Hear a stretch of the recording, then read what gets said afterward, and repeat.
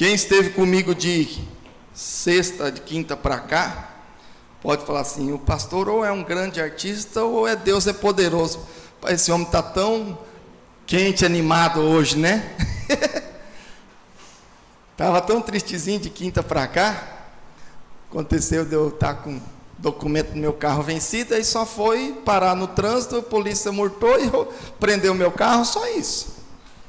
Pensa num homem chateado. Mas eu quero que isso seja um testemunho.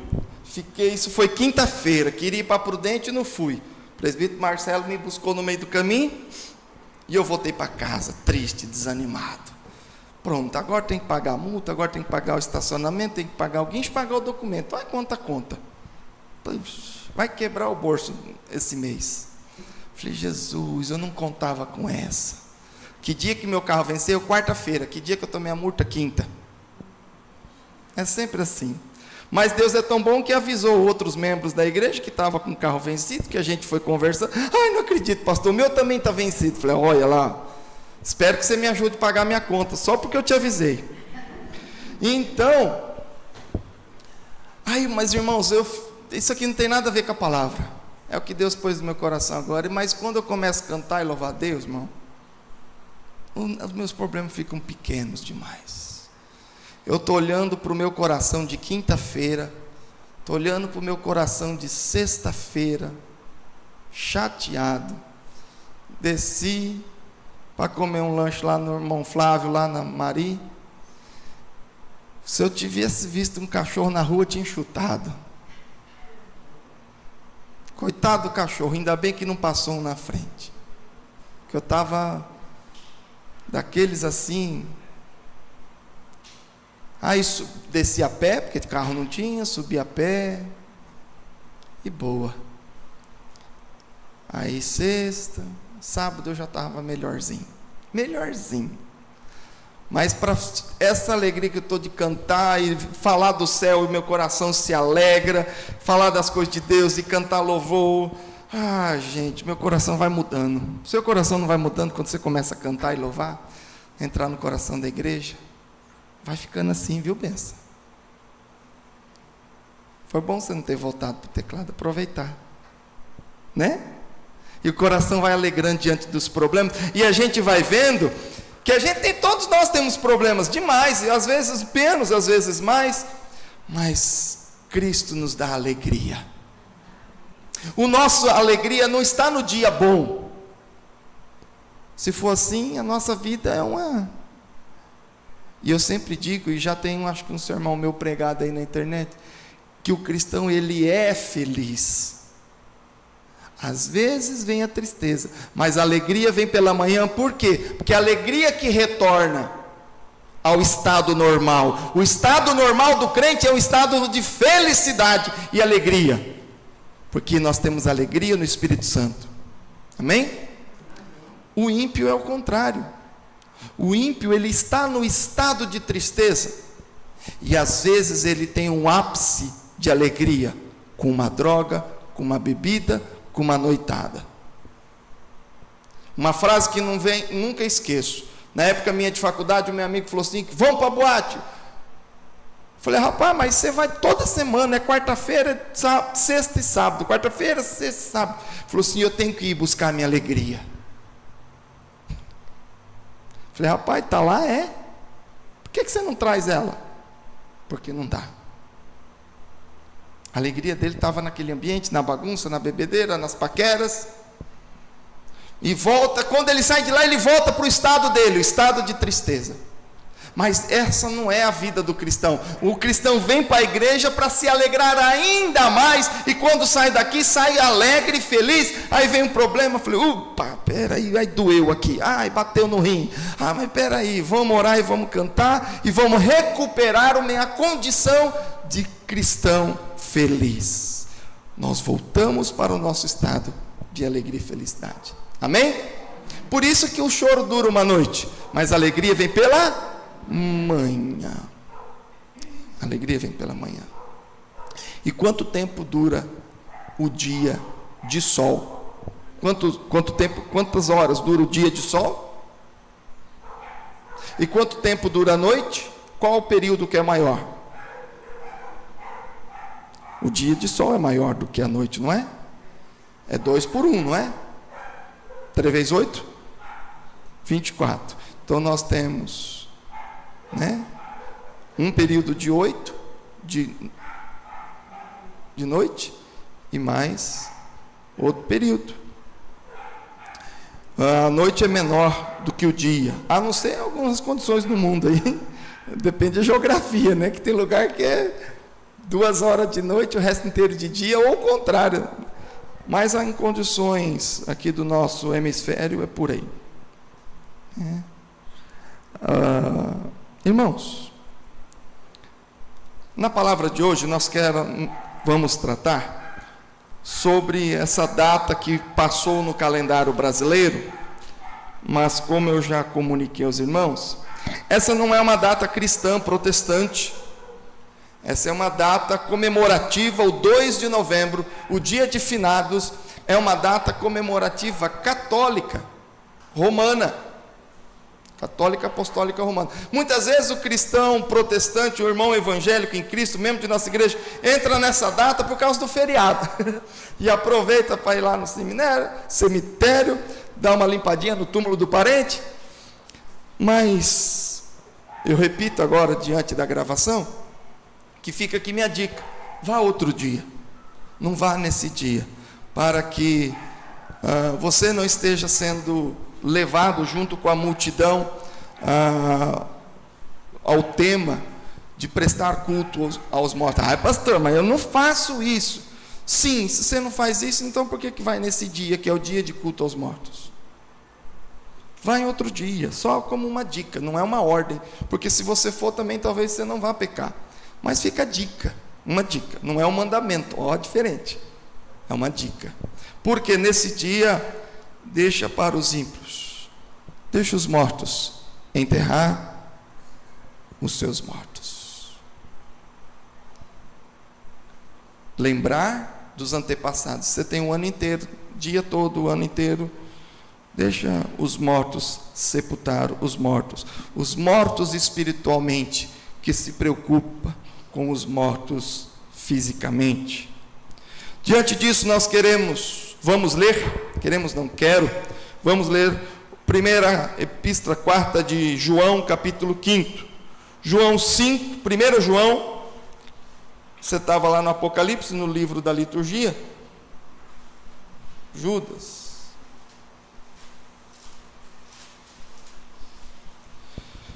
Primeira epístola de João, capítulo 5, os versos 11 e 12.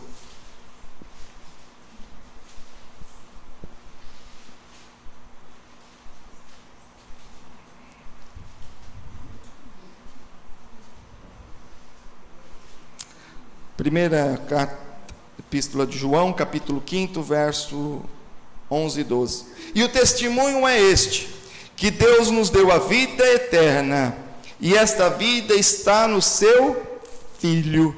Aquele que tem o Filho tem a vida, aquele que não tem o Filho de Deus não tem a vida. Amém?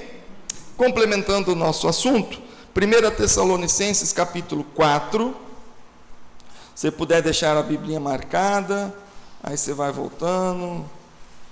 Pastor, onde fica esse Tessalonicenses? Tem na Bíblia? Tem, irmão? Paciência, o que você acha? 1 Tessalonicenses capítulo 4, verso 13 e 14. 1 Tessalonicenses 4, verso 13 e 14. Não queremos, porém, irmãos, que sejais ignorantes com respeito aos que dormem, para não vos entristecerdes como os demais que não têm esperança. Vou repetir esse verso, tem gente ainda mexendo na Bíblia. Não queremos, porém, irmãos, 1 Tessalonicenses 4:13, que sejais ignorantes com respeito aos que dormem, para não vos entristecerdes como os demais que não têm esperança. Pois se cremos que Jesus morreu e ressuscitou, assim também Deus, mediante Jesus, trará em sua companhia os que dormem. Amém? E amém. Meus irmãos, a questão da morte e da vida era muito bem trabalhada no coração do povo do período bíblico. Eles trabalhavam muito a morte, isso era muito simbólico para eles. Não é à toa que os egípcios faziam as pirâmides, os monumentos, mas a comunidade mais, os reis, faraós e príncipes, mas a comunidade simples tinha seus cerimoniais também. O respeito pelo falecido, pelo corpo, era algo muito significativo. Não é à toa que os ofícios fúnebres, já no período do Novo Testamento, para os judeus, era uma grande cerimônia. Os mortos eram muito respeitados e honrados, pois tinha o choro das carpideiras, contratadas, porque se não tiver gente chorando é porque o morto não era muito amigável. Quanto menos gente chorando, é porque o povo não era simpático, o morto não era simpático ainda em vida. Era gente muito boa. Então os parentes, para não ficar feio, vamos pagar umas mulheres para chorar, e ainda uns flautistas. Tem um texto bíblico muito simpático que fala, e ainda no mínimo um flautista. Olha só, ainda bem que não era violeiro, né? Óleos perfumados. Não é à toa que as mulheres, as Marias, foram lá passar óleo no Jesus morto. E teve uma outra cena em que a mulher chegou e quebrou um vaso de alabastro, nardo puro, fino, caríssimo, jogou aos pés de Jesus. Aí o Iscariote, já preocupado com dinheiro, nossa, que desperdício de dinheiro, podia dar para os pobres. Jesus repreendeu dizendo, não, ela está me homenageando e também já fazendo a preparação para a minha morte. Era uma homenagem, era algo respeitoso, honroso. Não tinha a conotação de adoração, certo? Mas naquele momento em vida, ela fez isso uma honraria. Cânticos, orações, a procissão também era feita. Muitas pessoas usavam roupas e rasgavam seus mantos como forma de pranto. Gente, era um teatrão, né? Flauta, choro, e cantava, orava, procissão, roupa rasgada, pano de saco. Algumas viúvas, muito ainda dificuldade de sair daquele estado de comoção, usava roupas de saco por toda a sua vida após a morte do esposo. Alguns usavam um madeiramento para caixão, mas nem todos. Muitos eram apenas, como foi o próprio Cristo, apenas enrolado no manto, né? O manto, fugiu o nome aqui, sudário, né? O catolicismo depois pegou fez uma grande santo sudário, aquele negócio todo, porque era um manto enrolado, um lençol enrolado. No sepultamento de Lázaro dá uma conotação meia de múmia, não múmia no aspecto egípcio, mas que ele era enrolado em faixas, porque diz que ele saiu, e o texto fala, desenrola as faixas. Então não foi usado um manto, mas foi usado faixa, né? Tudo isso em forma de homenagear e honrar e respeito. Porém, os ensinos de Paulo, que nós temos aqui em 1 Tessalonicenses, nos mostra aí, também no credo apostólico, que todo cristão, sem dúvida, tem que ter respeito aos mortos, mas tem que ter conhecimento e principalmente a consciência da ressurreição. Eu fico comovido com essa frase do texto, do verso 13: para não vos entristecerdes como os demais que não têm esperança. Percebeu aí no texto? Verso 13. Um problema muito grande em relação à morte. As pessoas se entristecem demasiadamente porque não têm esperança. Não tem esperança em quê, meus irmãos? Não tem esperança em quê? Na ressurreição. Irmãos, vocês sabem, o dia da morte não é fácil para nenhum parente que fica. Mas essa é a palavra de consolo do Espírito Santo de Deus e da palavra de Deus: a fé na ressurreição. A morte do cristão não é o fim, é um até logo. Porém, eu fico assim: ai, Senhor, tenha misericórdia. A gente vai a alguns velórios e a pessoa fala assim: que ele esteja num lugar bom, melhor. Por quê? Que lugar que deve ser esse? Que ele esteja, que não sei, que dúvida cruel. Um dia Deus vai me dar uma coragem louca, uma ousadia meia débil, de falar assim: irmão, eu acho que isso aqui está para o inferno. Foi para o inferno, foi para o inferno. Só para dar aquela chocada. Eu acho que vai ser falta de respeito, mas eu quero dizer para os irmãos que dá vontade de fazer isso. Você está entendendo? Porque tem muito velório que a gente sabe que uma fulana com certeza foi para o inferno. Essa praga não pode ir, não tem jeito. Ué, do mesmo jeito que você faz velório, que você acredita que o irmão vai para o céu, alguns você não acredita. Oh, Jesus, só pelo teu milagre mesmo, porque aqui nas condições humanas não dá para acreditar. Mas assim, nós sabemos, eu sei em quem tenho crido, e sei que é poderoso, vamos terminar? Por guardar o meu tesouro até o dia final. Bem que esse hino podia estar na Bíblia, não podia? A gente cita esse hino, parece que é versículo bíblico, né? Não parece versículo bíblico, mas não é, viu, gente? É hino, em guardar o meu tesouro, né? Podia estar na Bíblia, porque isso é muito verdade. Porque nós temos certeza, convicção e bênção de Deus, e essa é a vida do cristão. Jesus não só ressuscitou, mas ele garantiu a nossa ressurreição. Quem não cria nisso era os saduceus. Quando você vê alguém na sua Bíblia a palavra saduceus, não é sádico, não. É um grupo dos líderes religiosos do judaísmo que não cria na ressurreição dos mortos. Quando Jesus fala então que ele ia morrer e no terceiro dia ressuscitou, os caras falaram: é um herege, é louco, é mentiroso, isso não é possível.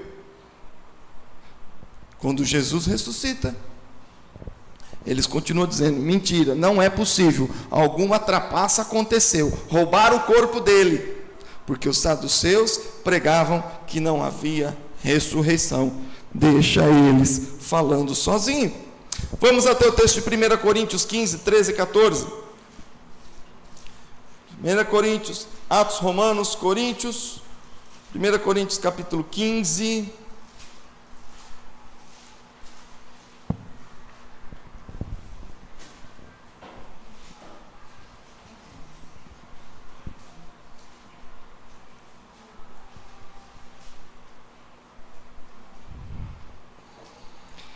E se não há ressurreição de mortos, então Cristo não ressuscitou.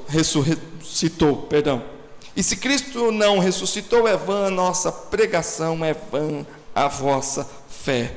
Se Cristo não ressuscitou, vamos embora para casa. Mas muito pelo contrário, Cristo ressuscitou,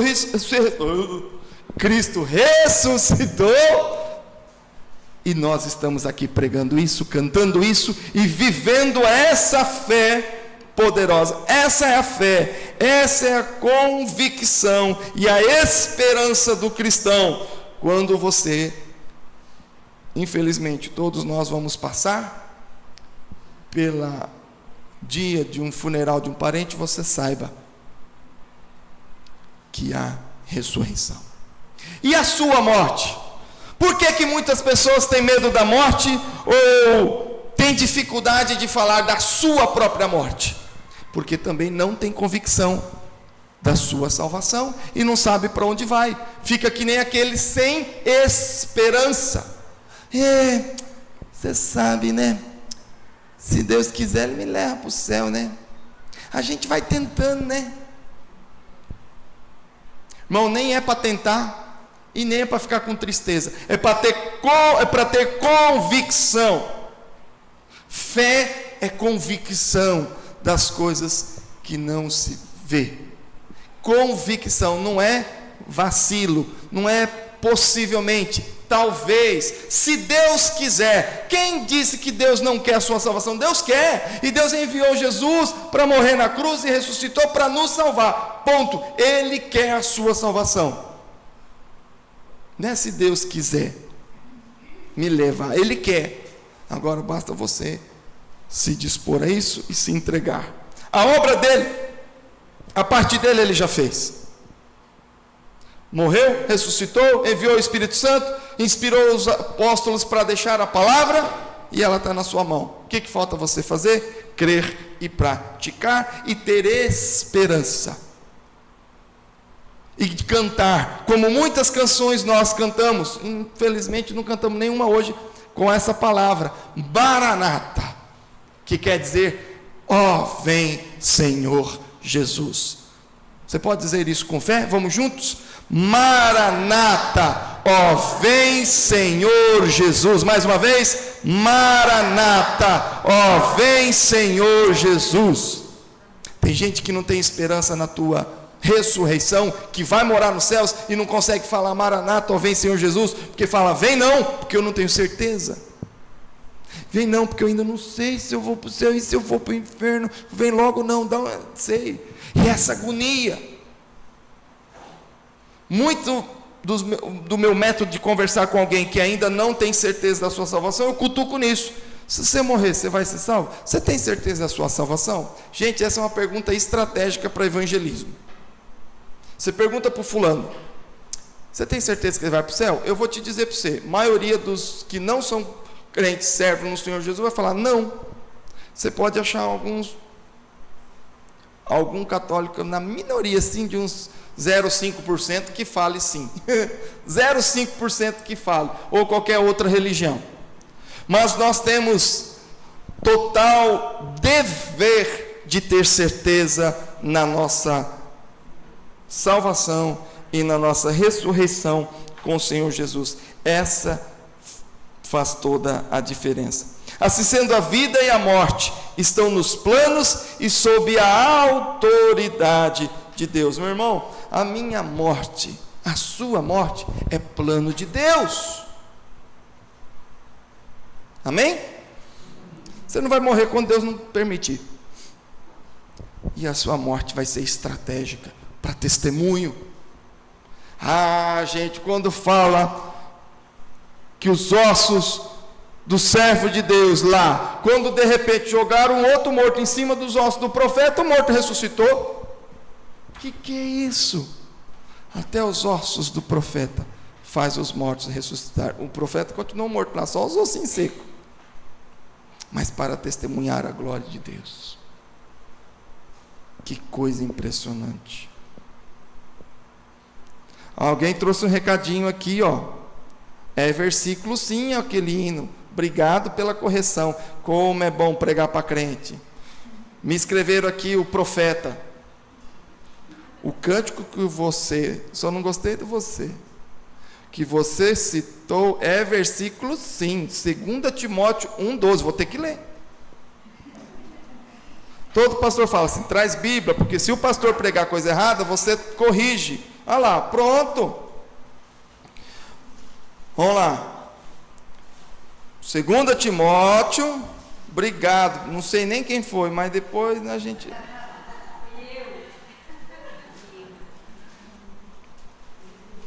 Segundo de Timóteo 1:12. Está vendo? Obrigado, eu falei errado, perdão. Está vendo, igreja? 2 Timóteo 1:12. Sou grato para com aquele que me fortaleceu, Cristo Jesus, nosso Senhor. Não, eu estou em 1 Timóteo, perdão.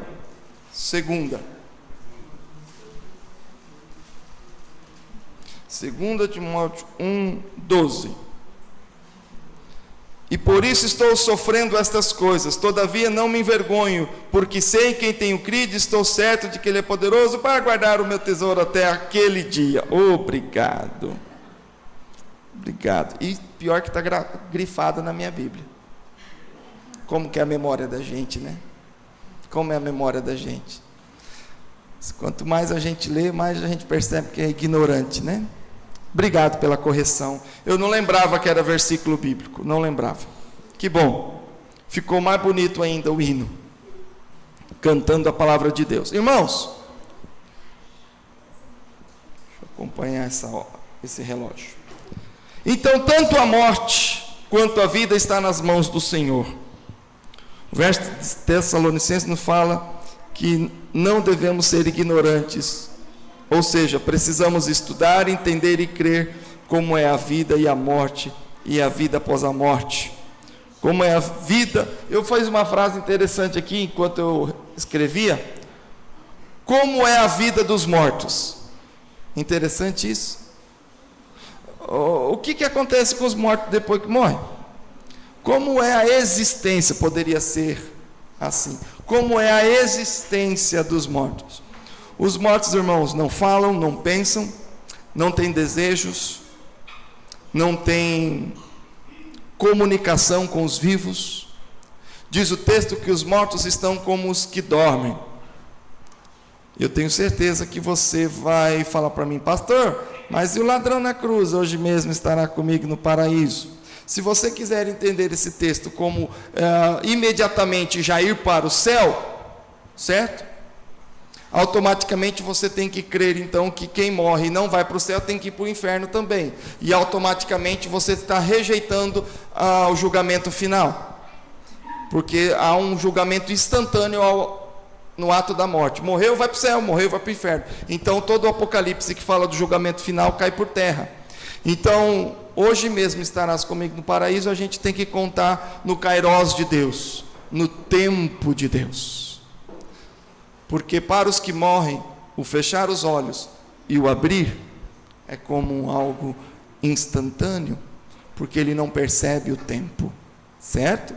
Então haverá sim, e esse tempo de inércia, de sono, para os que morrem é como o fechar e o abrir dos olhos, mas para nós que aqui estamos é muito tempo. Este é o Kairos de Deus, o tempo de Deus. E esse tempo dos mortos, enquanto o texto chama de dormir,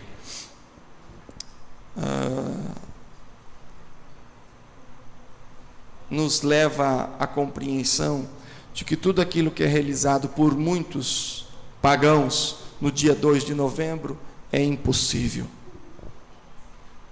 Eu sou um dos poucos que afirmam, e biblicamente isso afirmo, de que toda forma de comunicação com os mortos é o que a gente chama de doutrina espírita, né? Para você falar com o morto ou com a alma dos mortos, a gente sempre remete a uma doutrina espírita, de que você vai falar com o espírito de quem morreu, certo? Aí eu te pergunto, apóstolo João já morreu? Apóstolo Pedro já morreu? Tiago, Timóteo, Maria, José, todos esses já estão mortos? Sim, sim. Então comunicar e falar, fazer qualquer oração para eles, é comunicação com os mortos. E isso é doutrina espírita. Isso não é bíblico. O que diz a oração do Pai Nosso? Pai nosso que estás no céu. Toda oração deve ser direcionada somente ao Pai. E em nome de Jesus. Como que termina a oração dominical? Em nome de Jesus. E depois, por outros textos, a gente sabe que essa oração é levada ao trono de Deus através do Espírito Santo de Deus, como um aroma suave a Deus. A Trindade está atenta à sua oração. Ninguém vai ao Pai senão por mim, o Filho Jesus Cristo. Ninguém chega ao Pai se não for pelo Filho. Mas muitos querem colocar uma terceira pessoa, porque, e para chegar até o Filho, eu vou como? Eu peço para a mãe, peço para o tio, peço para o sobrinho, né? Peço para qualquer um para chegar em Cristo. Não, porque esses estão mortos. Não tem por que pedir para qualquer um desses para falar com Cristo, se o Espírito Santo já está aqui, dentro de mim. Você pode falar com os lábios ou apenas com a mente, porque Ele entende o que está na sua mente. Para falar com Cristo, basta pensar ou falar. Qualquer coisa dirigida a outra pessoa é pecado de idolatria, pecado contra Deus. A vida. Então a morte, irmãos, é vencida em Cristo pelo poder da ressurreição e é vencido pela vida eterna. Nós vivemos hoje na presença do Espírito Santo, curtindo, se alegrando, regozijando com um pouquinho dos céus. Pouquinho, porque tudo, né, aqui não é o céu ainda não, infelizmente. Mas a presença do Espírito Santo e crendo na fé da ressurreição, nós podemos nos alegrar com a vida eterna que Cristo deu a mim e a você. Em Cristo somos libertos do pecado e da morte, porque o salário do pecado é a morte.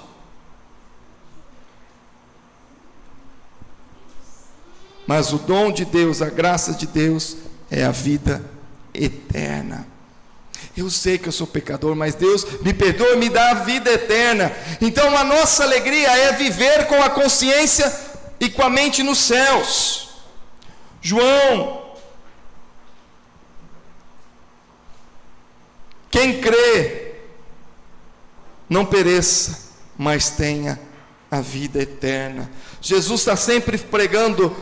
A teologia do Novo Testamento é falar da vida eterna, João 3,16, 1 João 5, né, que nós lemos, capítulo 5, 11, 12, 13, quem tem um filho tem a vida, Gálatas 6, 7, 8, semeia para a vida eterna, semear coisas para a vida eterna. O que nós temos semeado? Morte. Palavras de morte, palavras de contenda, palavra de maledicência, palavras que nos destroem e destroem o nosso próximo, mas nós temos que semear vida eterna, nós temos que falar de vida e vida em abundância. Eu me preocupo que muitas igrejas dos nossos dias têm se preocupado muito com a teologia do hoje, do agora, do materialismo. A teologia da prosperidade prega os céus na terra. Deus vai te dar todo o ouro, toda a prata, tudo que Deus tem vai te dar é aqui agora, que se você pedir e crer. Meus irmãos, a glória é nos céus. A glória é nos céus. A vitória completa, ela pode começar aqui, começou já na sua vida em nome de Jesus, mas ela vai ser perfeita e completa nos céus, e não aqui. Aqui nós vivemos um mundo de aflição. Aqui na terra Cristo foi morto, machucado, triturado. Paulo foi arrebentado, preso, perseguido. Todos os seus discípulos, os apóstolos, tiveram mortes trágicas, perseguido. Vem, Senhor Jesus, pregar para nós, fala. Alegre-se nas perseguições. Parece que Jesus era doido. Mas ele promete perseguições, e ainda fala assim, alegre-se, porque a alegria é inerente a mim e a você. A alegria é inerente ao cristão, faz parte do interno, da vida, a essência do cristão. Então mesmo que for perseguido, injustiçado, alegre-se. Não fique com raiva da igreja, não fique com raiva do pastor, não fique com raiva do irmãozinho, alegre-se. Viver hoje com os olhos nos céus, com a fé na ressurreição. Quero terminar concluindo. Devemos viver hoje então atentos para os eventos do fim e pensando nos céus, atento aos sinais dos tempos, pensando que o tempo vai de se findar, ou com a vinda de Cristo, ou com o teu fim aqui. Devemos viver hoje conscientes que o tempo se finda, e assim devemos estar corretos com Deus e com o próximo, que a gente possa andar da melhor forma possível. É difícil nós chegarmos no fim da nossa carreira e ficarmos devendo algo para alguém. Se você, quando morrer, ficar devendo dinheiro, alguns parentes ainda pagam, mas se ficar devendo amor e perdão, ninguém pode pagar. Se você tiver ofendido alguém, tiver destruído a vida de alguém moralmente, ninguém vai reparar isso. Então nós devemos amar a Deus, louvar a Deus, amar o próximo, cuidar do próximo, para que a gente não fique devendo algo que não vai poder mais ser reparado. Por fim, devemos estar cientes que a morte não é o fim. Não devemos temê-la, porque ela é projeto de Deus para a minha vida e para a tua vida. Uma frase do mundo é muito legal. O importante não é como começa, é como termina, né? E o nosso começo é simples e igual para todos. A gente é aquele bebezinho que não fala, mas só borra as fraldas e chora, né? Nossa vida começa igual para todo mundo, mas não termina igual para todo mundo. Mas para os filhos e filhas de Deus, que termine como testemunho, que termine com honra, que termine com festa nos céus, onde Cristo pode falar: venha meu filho amado, venha minha filha amada. Devemos estar cientes que a morte não é o fim, não devemos temê-la. Oremos.